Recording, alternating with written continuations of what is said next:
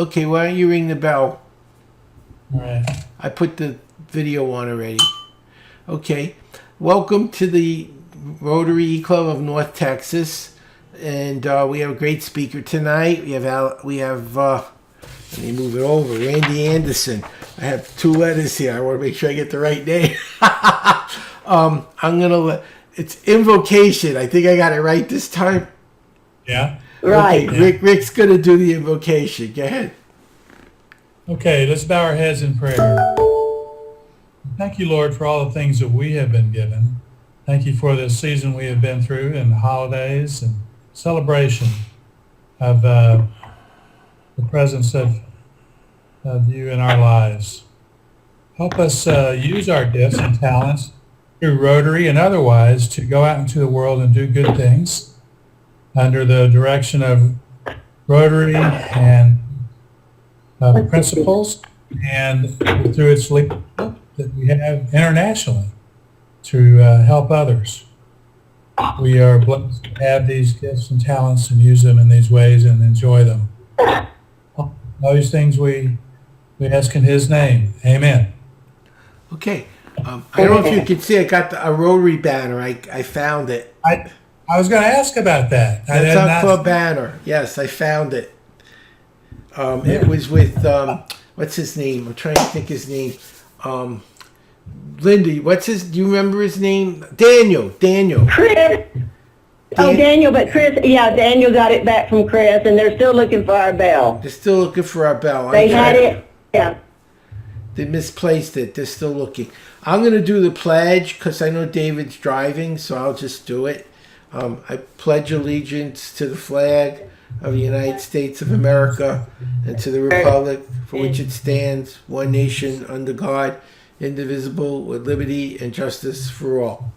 Okay, I'm just going to read one thing for new business. I was telling you both about this. This is a letter from Alex Johnson. He's the Interact chairman for the district. And it says, as discussed, I want to encourage your club to consider partnering with Top Achievers. It's a 501c to sponsor students for the Camp Ryla. It's a North Texas sports development and academic support nonprofit organization. It was started in '96. It provides fitness, skills, team programs, and provides financial scholarships for youth who might otherwise not have an opportunity. The founder and director, Lawrence Mann, is a member of the Plano Rotary. Top Achievers would like to partner with 5810 Rotary E-Club to make the Camp Ryla opportunity available to participants of its programs. Top Achievers will fund the Ryla fee. Top Achievers would like to submit eligible students to be interviewed, selected, and sponsored by our club. I've spoken to Jim Duffy, Ryla co-chair, and he has no problem with the idea as long as your club fully sponsors the students and appoints a Ryla coordinator, which will be me, within the club. And he's contacted Lawrence on this. So I told him I had no objections, but I wouldn't make that decision without asking the rest of you. It's okay with me, and David said it was okay with him. How about you? You know, it's okay with me, but I had a question. Who's the sponsor? What's the name again? Let me find it. Top Achievers. It's a 501(c)(3). It's a group that helps disadvantaged children to try to get them to be more successful. They were very impressed with the students that have gone to Ryla and how much it's helped them. So they're willing to pay us the money to cover the students that we would sponsor. That's what I was going to ask. Are we going to have that money go directly from the sponsor to Ryla? Or does it? I have to ask them, but they'll cover it. I know, and this was the Interact director that asked us to do it, so I'm sure. And he's friends with the guy, and the guy running it is a Rotarian. Yeah. So he knows how it works. He understands how it works. So, does anyone object? I mean, I'll get more details, but we'll have to find out who's going to pick these kids up and take them. That's another thing we'll have to ask about. Other than that, I don't see a big issue. We'll have to do an interview, but we could probably handle that. Yeah, I think it's going to be in August when they have their RILA this year. Okay. So I just wanted to make sure. I told him I thought it was a good thing, but I didn't want to make this. I know we had that problem with that other president. I don't want to decide on my own what you guys do. So I did the right thing. It's the right thing to do. I think it's a group. You should ask the group what they want, not do what you want. That's the right way to run a group. So, okay, everybody said yes. I will just get the details and make sure we don't have to see if someone has to drive these kids back and forth, and whether this guy, he's a Rotarian, so he could probably do that. It's his kids. I'm pretty sure if I tell him we'll do it, but he has to pick the kids up and drop them off and pick them up. I don't think he understands that because he is a Rotarian. So I will make, I will just check. I can't at this point, but maybe by then. I'm not sure. You know, I'm not saying I won't. I just don't know where I'm going to be in August. That's the only thing. Well, you know, David and I will probably be here in August unless it falls into September when the Zone Institute is. But usually that's in September. So also I've got to call into Alex Johnson too for him to call me. Okay. Anyway, that's basically it, and I will update you as I find out more. One last thing. I told Linda I am going to be out of the country from the 30th to the 12th of February, so someone has to run the meeting for me because I won't be in the country, and I don't know if I'll have it. I'm going to be on a tour, so I don't know how I'll be able to get on. I don't know if I can commit to being here because I don't know where I'm going to be. And it's a 6-hour time difference. That will be midnight, 11 o'clock to midnight for you. Right, and I gotta get up at 6 in the morning where I'm gonna be. So I just wanted to make sure somebody will be able to handle that for that. And I'm going away at the end of March for 2 weeks also. Other than that, I'll just, I'll be here. I'm in Thailand, and it's even harder in Thailand to run a meeting because it's a 12-hour difference. Okay, I'm just letting you know. David is the president-elect, so we can let him do it, or I can do it, or whatever. Okay. And then we are going to be registering David for text when I get back. Okay. Or when we get back. Okay. If I'm does the secretary have to do that, or just the president? Just the president. Fine. Elect goes. Fine. That's fine. Also, I just have one comment. When we went down to do our TB thing in the valley, we had a big blowout and everything going down 92 miles south of San Antonio. And so anyway, this one guy stopped and he was helping us trying to find, we found out we didn't have a spare tire on this Toyota. Apparently the cable had come loose, the tire's gone. So anyway, this one guy was helping us stay in there and he kept wanting to help pay. And I said, no, it's not necessary. Finally, I said, okay, if you want to contribute to our... Okay, I think Linda's in a bad zone. She's driving, so we'll pick up with her later. I think her phone dropped. The call dropped. Not sure what her point was anyway. So I'm not sure, but okay. Is there any other business before I introduce the speaker? Do you have anything you need me to talk about? I don't have anything else on my plate. I'm going to take that as a no.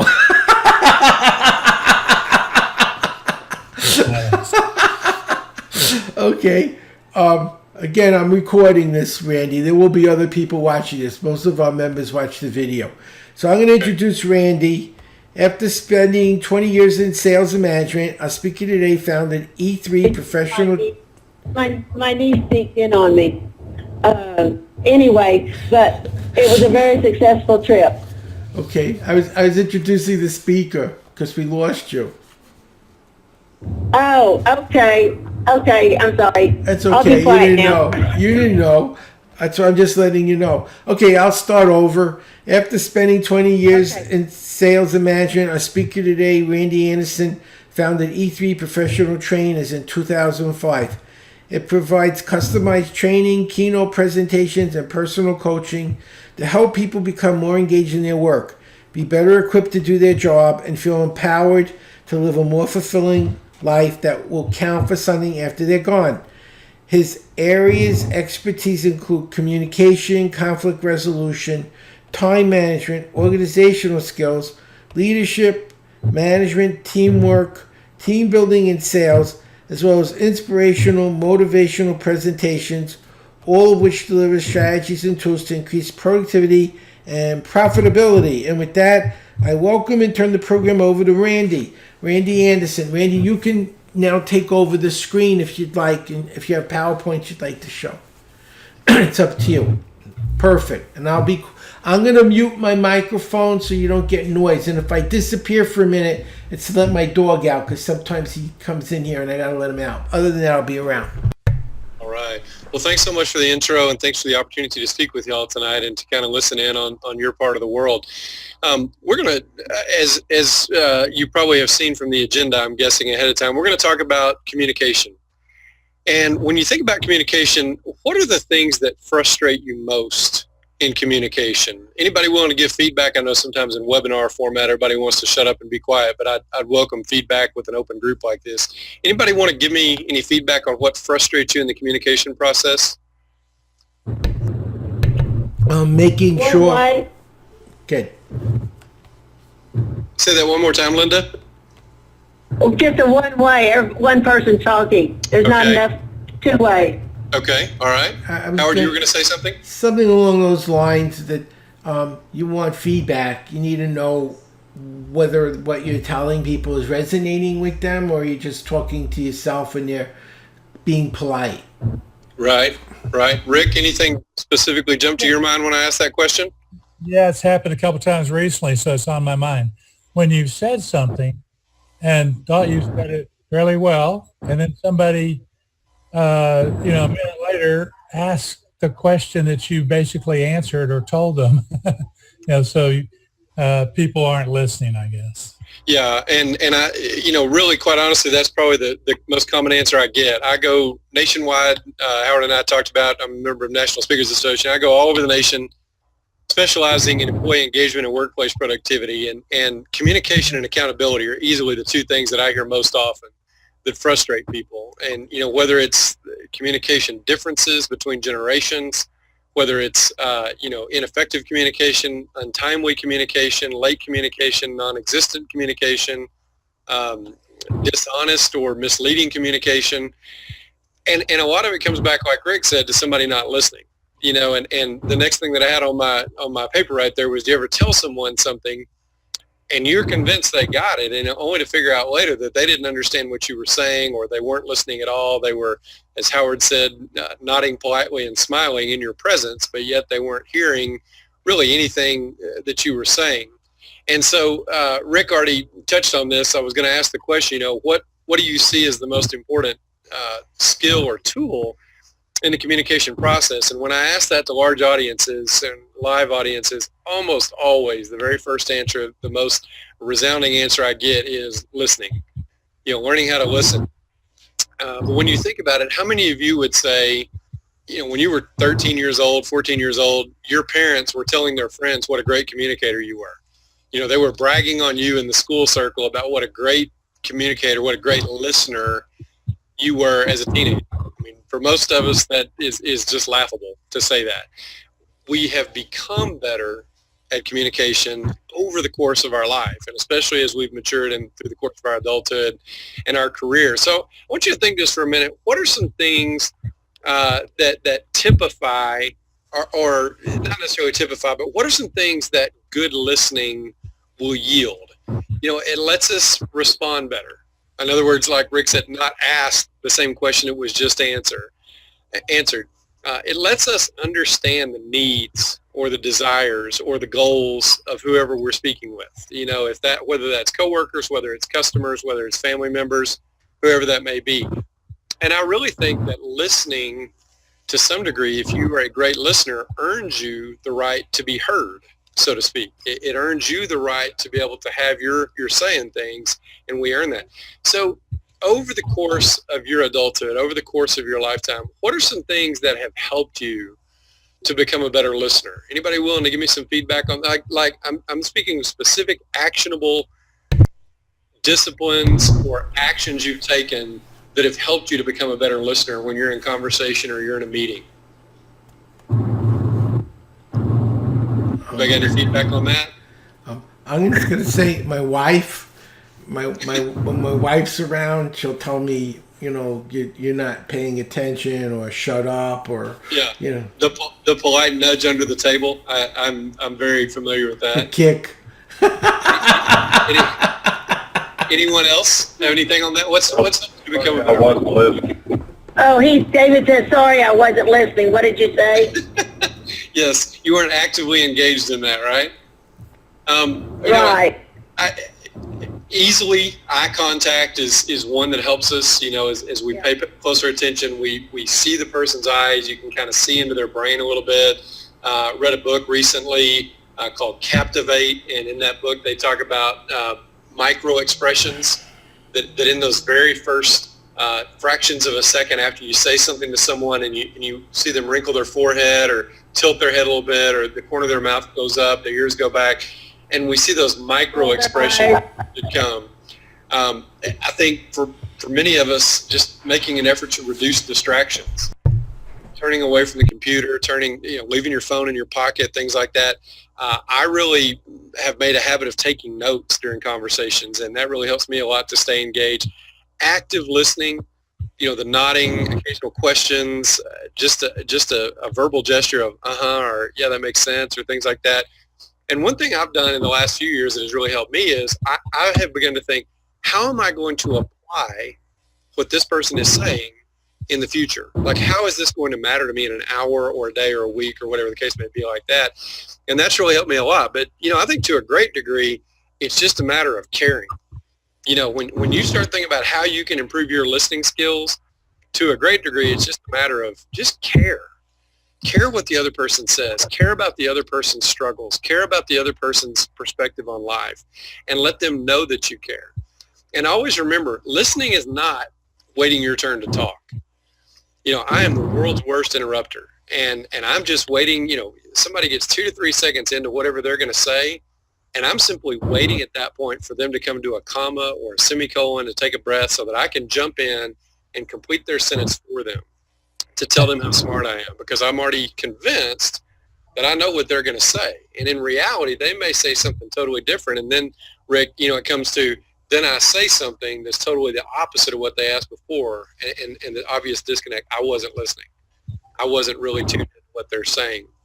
So I want to share with you a quick 5-step strategy that I came up with over the last several years. I've taught this in sales training. I've taught this in management training. I've taught this in team building. I've taught it in hospitals and banks and universities and everywhere you can think of. This applies regardless of station in life, regardless of institution or industry, regardless of education or age. This carries over, and I really believe that if you work at doing these 5 things, that it really will improve your listening skills. Number 1, you got to become great at asking great questions. Now, what characterizes a great question? Like when I say, what does it take to ask a great question, or how can you know that you've asked a great question? How can we know that? Like how would we know that that was a really good question we asked? By the amount of responses you get. Right. Anything else? I think if someone says to you, well, that's a great question, then we know we've asked a good question. If somebody says, I've never thought about it that way before, I'd have to stop and think about that for a minute. And then we get more information. As Howard says, the amount of information we get is greater than we even knew to ask. If I ask a closed question, I get a yes, no, true, false, either or, A, B, C, or D.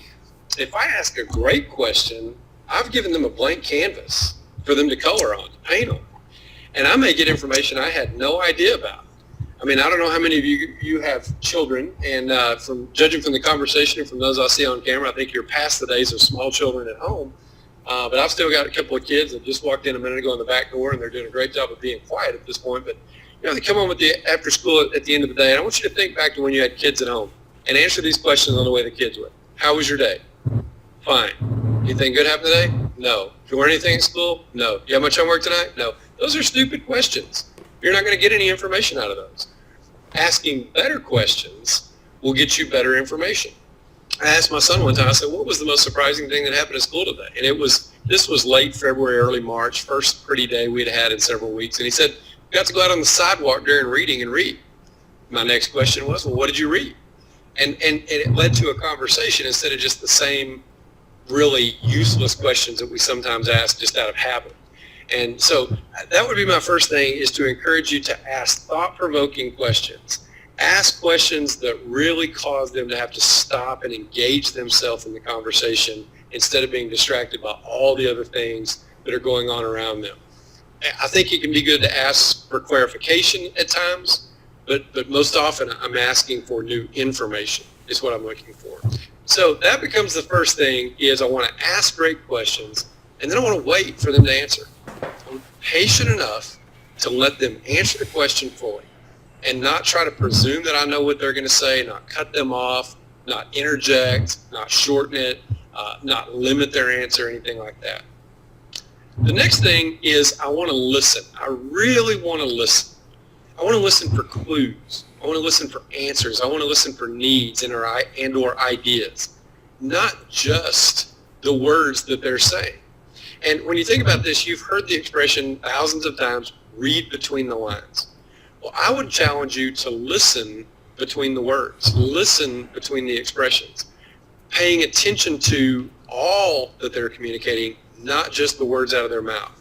So there again, the body language, I'm listening for tone, I'm listening for voice inflection, speech pattern, pace. I want to look for facial expression also, but there's so many things that really go into that. And I'm really taking what they're saying and I'm processing it through as they go. The third thing then, I want to interpret what they said for what they meant. Interpret what they said for what they meant. Now the problem is many of us interpret what they said for what we hoped that they were going to say. We interpret it for what we thought they were going to. We interpret it for what we expect that they were going to say. I'm telling you to interpret it for what they meant, because they may not be able to put into exact words exactly what it is they mean or what they want to get across. So here's 3 questions that you can ask in order to better interpret. Number 1, what are they not saying? Let's say I go to a Lexus dealership and I test drive a car. Nicest car I've ever driven. I've never driven a Lexus before, but nicest car I've ever driven. Quiet car, responsive car, handles well, great sound system, luxurious on the inside, everything about it. We get back to the car lot and the salesman tells me the price.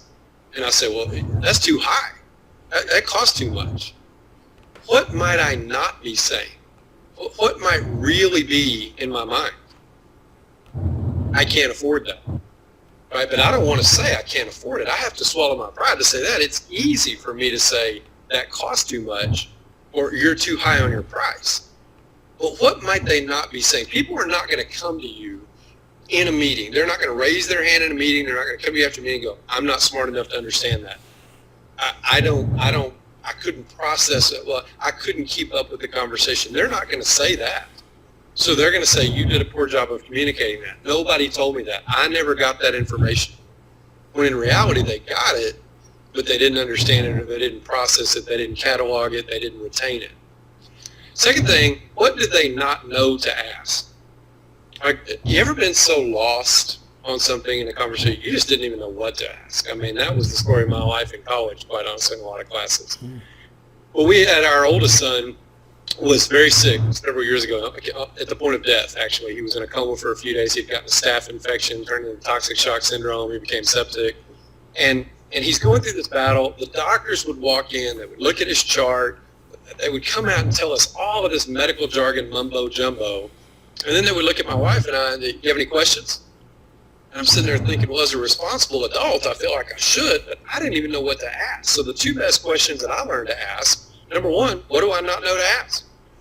Well, you might want to ask the infectious disease doctor this. You might want to ask the pediatrician this. You might want to ask the cardiologist this. You might want to ask the orthopedic doctor this.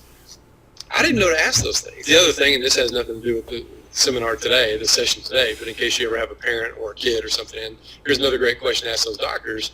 If this was your kid, what would you do? but I just didn't know what to ask. Then the third thing, what could you tell them that would help you to clarify something for them? You've had the same conversation with 40 people and 38 of them got confused on the same point. Why don't you find a better way to explain it? Why don't you find a different way to say it? We went on vacation a few years. We were in Colorado, and we went to this place. It was basically a conference center, a conference resort. And so you got all these buildings that are built exactly the same, spread out across this big property, probably 30 buildings. Every building was 3 stories tall, had 4 rooms across the front, and then the same thing on the back, looked the very same on the back. So we go to the front counter and we check in, and they said, okay, you're going to be two buildings over. You're going to be across that parking lot. It's a pretty good distance over there, probably, getting close to a quarter of a mile or so. Maybe not quite that far, but it seemed like it. We're dragging all the stuff. And so we started out across this parking lot. When you go on vacation, your kids take stuff they don't even use when they're at home. We're dragging all the luggage across the parking lot, climb up 3 flights of stairs, walk down to the end, put the key card in the door, didn't work. Put the key card in again, didn't work. Tried the other key card, didn't work. I said, okay, I'll stay here, walk back. Somebody's getting a phone call, so I was like. So I walk all the way back across the parking lot, walk back to the front desk, walk up to the gentleman at the desk, and I said, went got to the room, and these key cards don't work. Did you try both of them? Yes. Neither one of them worked? Yes. Did lights come on with them? Yes. I'm thinking that must be Howard's. I think it's probably the deal. So he said, you tried both key cards and they didn't work? No. Lights come on? Yes. Well, I tell you, the thing is, those door handles are left-handed, and so you have to pull them up instead of pushing them down after you put the key card in.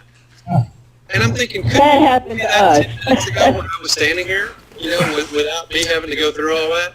So what could you tell them that would clarify without them having to come to the point of confusion? Okay?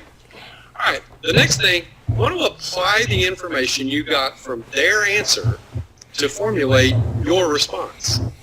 Okay? Apply the information you got from their answer to formulate your response. If I was in front of a live audience, I usually pick out somebody in the room who fits this description, but I'm just going to kind of walk through it.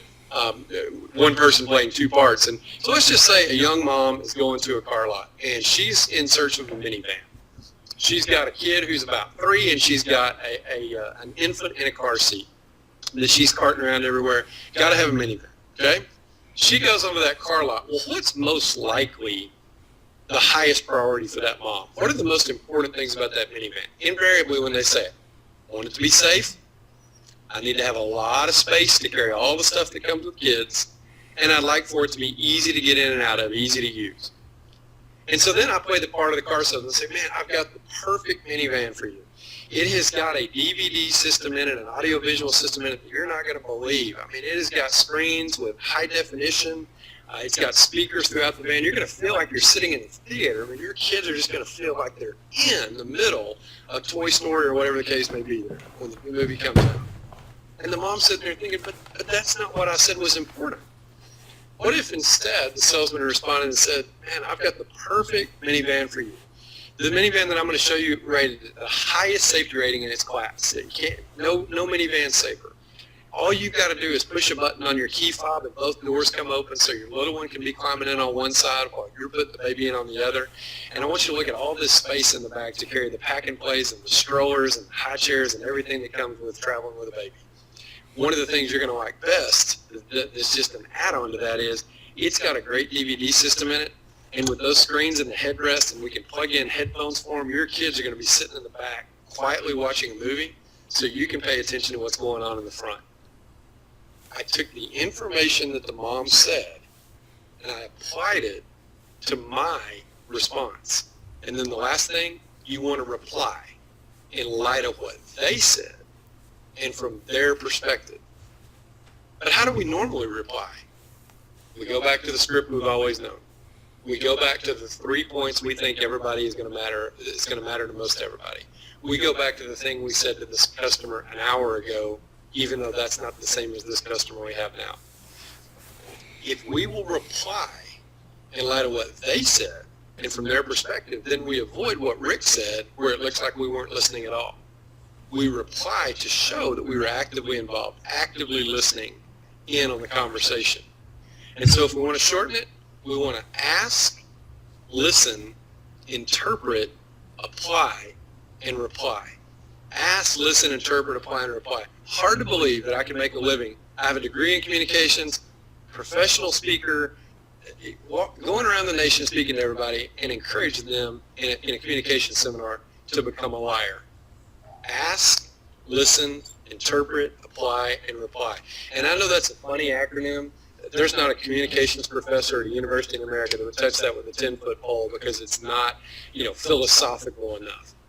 But when I'm in front of somebody who's frustrated or mad, when I'm talking to somebody and we've both gotten in a heated state, when I'm in the midst of something that's really brought the conversation to a halt or conflict has arisen, it's an easy thing to remember. And I can just think, you know what? Instead of trying to make my point, I'm just going to ask a question. I'm going to sit and I'm going to listen for a few minutes and try to understand their point of view. I'm going to interpret what they're saying to me, and I'm going to glean through and get the most important parts. And then I'm going to apply the information I got to determine my response and reply in light of what they said and from their perspective. So I would challenge you, what do you need to work on? What's the one thing that you probably need to get best at? You need to spend some time crafting some great questions to ask. Do you need to develop the discipline of listening quietly and not in an interruptive state, but actively listening and watching for those clues and signs that they're going to give you through facial expression and body language? Do you need to do a better job of interpreting and not just taking it at face value? Or maybe you need to do a better job of getting away from your script, taking the information they gave, and then replying to them. And that's my challenge for you. Not typically a conversation, not typically a module that stimulates a lot of questions because it's not that complex. But does anybody have any questions that I can answer for you before I want to make an offer to you? I'm going to let you have access to some of this stuff without having to kill yourself for it. But any questions from anybody before I finish up my portion and turn it back to Howard? Oh, I just have a comment. Yes, ma'am. Oh, go ahead, Howard. Okay, I'll make a comment, and then David will interpret it differently than what I meant it to be. But then that starts a conversation. Yes. Or an argument. Yes. Hopefully the former. Rick, you lean forward like you might be going to say something. Yeah, I was going to say your little acronym there works, but you were talking about listening a lot. But if you're preparing to communicate to somebody individually or to a group, you would want to go through that list and try to prepare yourself by imagining yourself in their position listening. Mm-hmm. And having to, you have to anticipate what they would be hearing and how to get them to listen this way. Right. Yeah. Right. And certainly with 15 to 20 minutes, this is normally a half-day seminar, and I boiled it down into 20 minutes. But yeah, I fully agree with you there. I had a question. I have someone I work with, and they just don't stop talking to even get feedback. They just go. They could talk for 30 minutes straight like a soliloquy. How do you not interrupt that if you want to interact? What's the right way to interact with someone that's like that doesn't stop? I'm always hesitant to respond to that because I'm always afraid the person who's asking that particular question is not through yet, and I'm guilty of what they're pointing out, so that's why I waited for a second. I think at some point, if your body language indicates that you're about to say something and you kind of give them, the hang on just a second finger, not the other finger, but the hang on just a second finger, you really gesticulate, you really gesture, that I want to interject something. Can I just ask you a question about that right there? Can I ask you something to clarify that? And I'm going to start with, may I interrupt you, basically. Can I ask you a question? May I interrupt you just for a second to understand that better? I want to tell them, I'm stopping you because I want to understand better. Understanding better may even mean I want to say my part of this, not just ask you a question, but I'm asking politely for you to stop for a minute. And I think you've got some people who, they're going to continue going. They're not really concerned with what you have to say anyway. And in many instances, they're not perceptive to what people are doing, so you just have to be more direct. I can tell you this, most people who talk that much are not going to be deeply offended because you interrupted them, because they're going to start right back up again in just in a minute. It's those who are more reserved, those who are more deliberate in their conversation, or who have waited their turn, they're going to be the one who get a little bit more frustrated when you interrupt them, from my experience. So. Thanks. Let me pose you with this invitation. I'd love to connect with you and give you some of what I've just had so that you don't have to just depend on notes, or I know you folks are in a car, that's going to be a difficult thing. So let me just offer this to you. If you will text "be a liar," all caps, all one word, "be a liar," to 345345, I'm going to send you a couple of things. One, I'm going to send you a PDF of this presentation that I just did so that you don't have to go just off your notes if you want to have that to review or to share with somebody else. I'm also going to include, I would call it a one sheet, but it's a two sheet, that's a summary of the entire presentation that this one piece is a part of. So as I said, that's usually 2 to 4 hours of presentation, and I've boiled it down to the main points. And you'll get that two-sheeter deal. And then just as a way of saying thank you for connecting with me, I'm also going to send you I call it my hourglass of personal excellence. I do some keynote motivational speaking. It's 10 statements and 10 questions. Great time of the year. It's kind of a refrigerator motivator, a reminder of why am I doing what I do? Am I living a life that I want to be remembered for? It's just good to read through. It's just good to kind of challenge your thinking a little bit, especially at this time of year. So if you text "be a liar" to 345345, I will park that in your inbox, and it'll be very painless for you. I would also welcome the opportunity to connect with you if you're a Twitter person or a Facebook. We share some tips and ideas on those different topics that Howard read off as part of my intro, whether it be employee engagement, whether it be leadership, communication skills, time management, team building, things like that. And then I would also say, if you've got questions as you try to apply these strategies, or if you think of something later on and you want to contact me, there's my phone number, there's my email address. It will also be on the printed materials that I send you. If you want to call me or email me from that, I would welcome that. So let me finish up by giving you a quote from Confucius. Confucius said this: "Don't worry if others don't understand you. Worry instead if you don't understand others." We're all familiar with Stephen Covey's 7 Habits. It is, seek first to understand, then to be understood. That's really a play off of what Confucius said. And when you think about this, it's so vastly important for me to understand where the other person is, because if I don't, I can't walk over to them and take them to where I want them to go. And to do that, I've got to listen. I've got to understand. I've got to empathize. And at that point, then, I can begin to convey my point. Last thing I would say on that, if you're ever tempted, and I look at the average age of the group here, if you're ever tempted to look and say, young people don't know how to communicate, Confucius made that statement. This is not a new problem. That was 2,500 years ago. And I doubt they were texting on abacuses or abaci or however you say that back then. Communication is an age-old problem that we can contribute to if we will make a point of becoming a better listener. Hope this was helpful to y'all. I'm going to stop sharing and turn it back to Howard. Thank you. So that y'all can close your meeting. Thank you. I wanted to thank Randy. You're welcome. Thanks. Absolutely. So I will close with our 4-way test of the things we think, say, and do. First, is it the truth? Second, is it fair to all concerned? Third, will it build goodwill and better friendships? And fourth, will it be beneficial to all concerned? And that's it.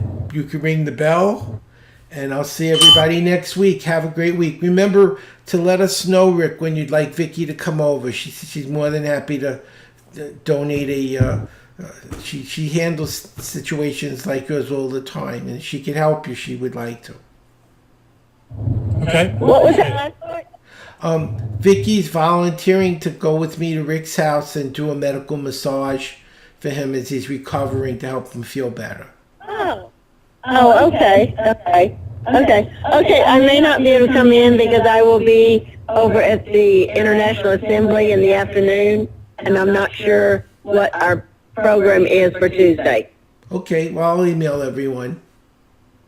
Okay. All righty then. Thank you so much. Have a Take good care. week. Bye, everybody. Thanks again, Randy. Bye. Bye bye.